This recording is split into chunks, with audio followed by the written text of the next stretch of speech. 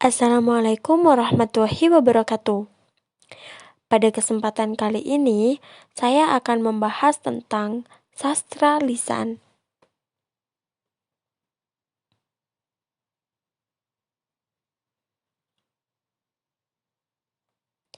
Jadi, apa sih sastra lisan itu? Sastra lisan merupakan sebuah cerita yang diwariskan secara turun-temurun dari generasi ke generasi dalam bentuk lisan. Pada zaman dahulu, masyarakat belum mengenal tulisan, sehingga tradisi lisan digunakan oleh masyarakat untuk menyampaikan sebuah cerita. Sastra lisan merupakan jenis karya sastra yang diturunkan dari mulut ke mulut yang kemungkinan mengalami perubahan dari generasi ke generasi, baik berupa perubahan tata bahasa ataupun penghilangan alur-alur tertentu dan sebagainya. Seiring dengan perkembangannya zaman, sastra pun mulai berkembang dalam penggunaannya oleh masyarakat, terutama sastra yang disampaikan secara tertulis. Sastra lisan mengandung mitos, legenda, dongeng, sejarah, hukum adat, dan terkadang juga mengandung unsur-unsur pengobatan.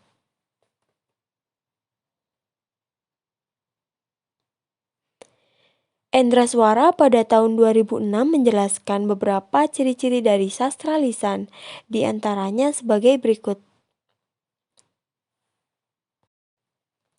Yang pertama, karya sastra tersebut merupakan hasil dari masyarakat tradisional dengan pemikiran mereka yang polos dan rata-rata dihasilkan sebelum masyarakat tersebut mengenal aksara untuk menuliskan kembali apa yang mereka ceritakan.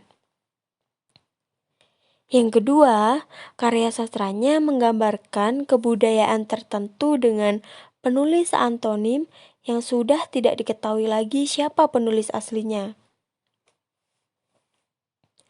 Yang ketiga, biasanya karya yang dihasilkan berceritakan hal-hal imajinatif. Dan yang keempat, kata-kata yang digunakan dalam karya sastra tersebut lebih sering menggunakan nada-nada memengaruhi dengan perumpamaan-perumpamaan.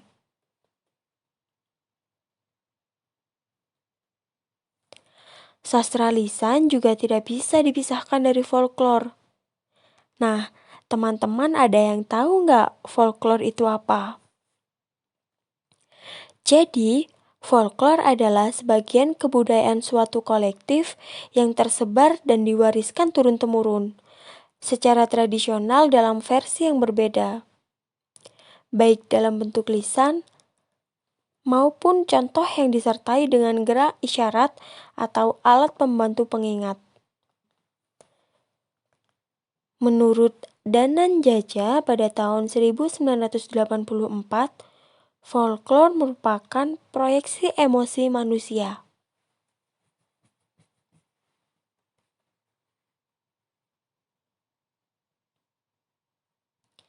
Ciri-ciri pengenal utama folklore pada umumnya yaitu ada 9. Yang pertama, penyebaran dan pewarisannya biasanya dilakukan secara lisan, yakni disebarkan dari mulut ke mulut.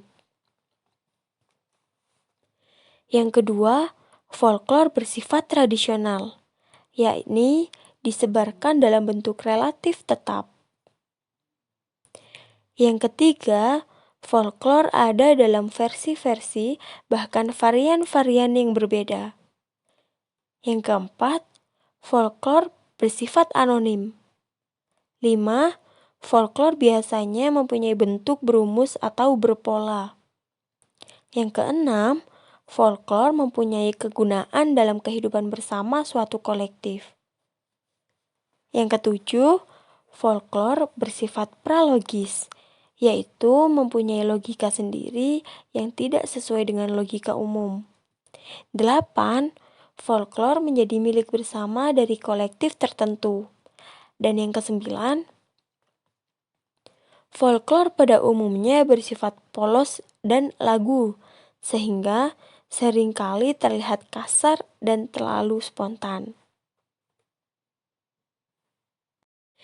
Selanjutnya adalah cerita rakyat yang masih berhubungan dengan folklore, di mana cerita rakyat merupakan salah satu kategori dalam folklore yang menjadi bagian dari fenomena budaya setiap bangsa dan kebertahanannya terus dibuktikan melalui kehadirannya yang melintas peradaban zaman terbaru.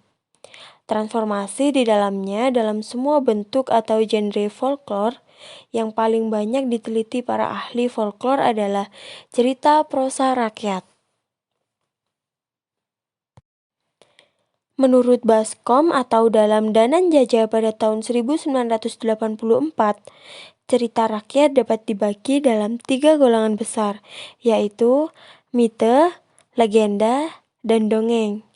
Nah, mite itu adalah cerita rakyat yang dianggap benar-benar terjadi serta dianggap suci oleh yang gempunya cerita.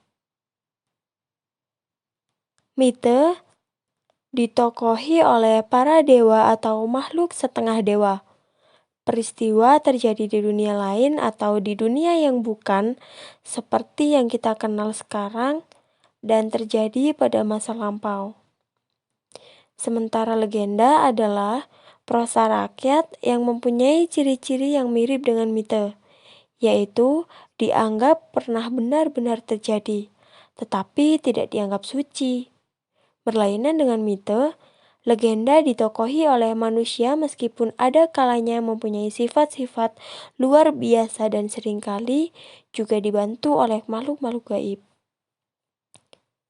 Tepat terjadinya dalam terlalu lampau, sebaiknya dongeng adalah prosa rakyat yang tidak dianggap benar-benar terjadi oleh yang empunya cerita, dan dongeng tidak terikat oleh waktu maupun tempat.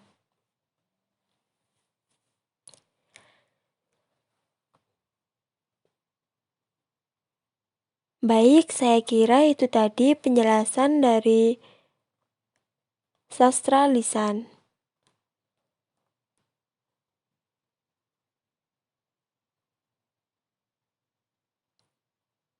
Bila ada kesalahan kata, saya mohon maaf dan terima kasih. Wassalamualaikum warahmatullahi wabarakatuh.